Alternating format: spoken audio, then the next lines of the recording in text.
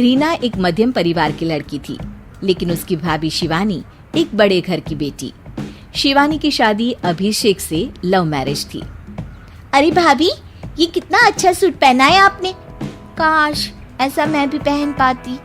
अरे क्यों नहीं रीना, वैसे भी तुम्हारा और मेरा नाप तो एक ही है, जब मन करे पहन लेना।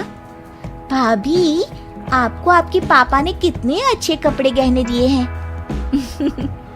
मैं उनकी इकलौती बेटी जो हूँ।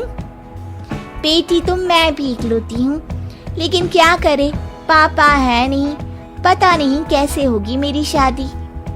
तभी वहाँ शिवानी की सास आ जाती है। अरे क्यों नहीं करेगा भाई तेरी शादी धूमधाम से, आखिर जिम्मेदारी है तो उसकी। और वो दिन भी आ जाता है जब रीना की शादी तय हो जाती है। अभिषेक, क्या हुआ? आप इतने परेशान तो कभी नहीं दिखे, कोई बात है तो बताइए मुझे। अरे शिवानी, वैसे तो शादी का सारा इंतजाम हो गया है, लेकिन गहनों का रेट तो आसमान छू रहा है। कैसे क्या करूं, कुछ समझ में ही नहीं आ रहा। थोड़ी देर में शिवानी अपने पूरे गहने अभिषेक के सामने रख देती है। ये लीजिए, गहनों का इंतजाम भी हो गया। अरे नहीं नहीं शिवानी, मैं ये गहने किसी हालत में भी नहीं ले सकता। ये तुम्हारे पिता ने तुम्हें दिया था और तुम हो कि। तभी वहाँ सास आ जाती है। अरे तो क्या हुआ, इसकी तो हो गई ना शादी, अब किसे दिखाने हैं इसने गहने। सास गहनों का डिब्बा शिवानी के हाथ से लेकर वहाँ से चली जाती है। रीना की शादी धूमधाम से होती है और अब वो बड़े घर की बहू बन जाती है। वहीं रीना की शादी के बाद शिवानी और अभिषेक उसकी शादी के कर्जों से डूब जाते हैं।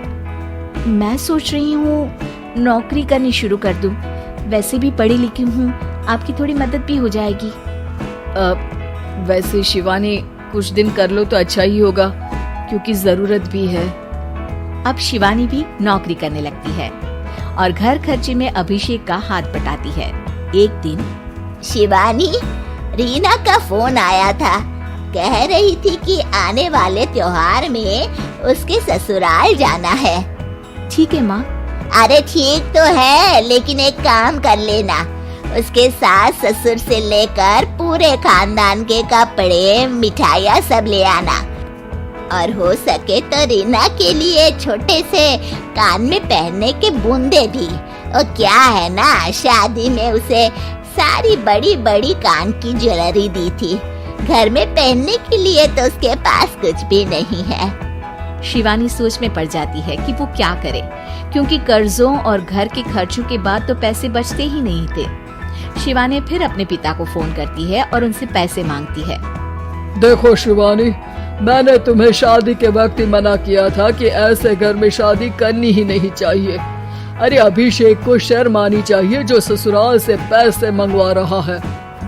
शिवानी को पिता की बात पर गुस्सा आ जाता है। आप मेरे पिताजी हैं और मैं परेशान थी, इसलिए आपसे मदद की उम्मीद की पापा। अभिषेक को तो पता भी नहीं है कि मैंने आपसे पैसे मांगे हैं। शिवानी सोचती है कि वो अभिषेक से बात करे, लेकिन फिर उसे लगता है कि वो टेंशन ले लेगा। तभी शिवानी की नजर हाथ के कंगन पर पड़ती है, सीधे बाजार जाती है और उसे बेचकर ननद के घर ले जाने का सारा सामान लेकर आती है और सास के सामने रख देती है। हाँ ठीक है, लेकिन फल थोड़े और अच्छी क्वालिटी के होने चाहिए थे।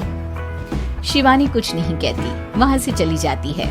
एक दिन शिवानी, रीना का फोन आया था, बहुत रो रही थी। क्यों माँ, क्या हुआ? सब ठीक तो है ना उसके ससुराल में? अरे तूने तो उसकी नाक ही कटवा दी। अब मैंने क्या कर दिया माँ? कह रही थी कि बड़े घर की बहू है भाभी, जो कपड़े दिए वो ब्रांडेड भी नहीं थे।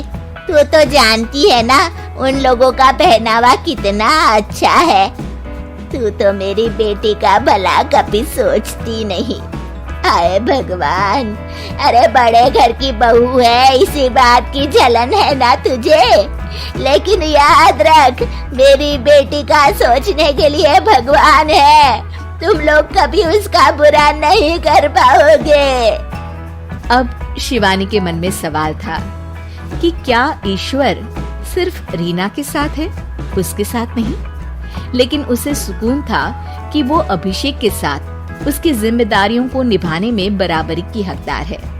शिवानी वहां से चली जाती है।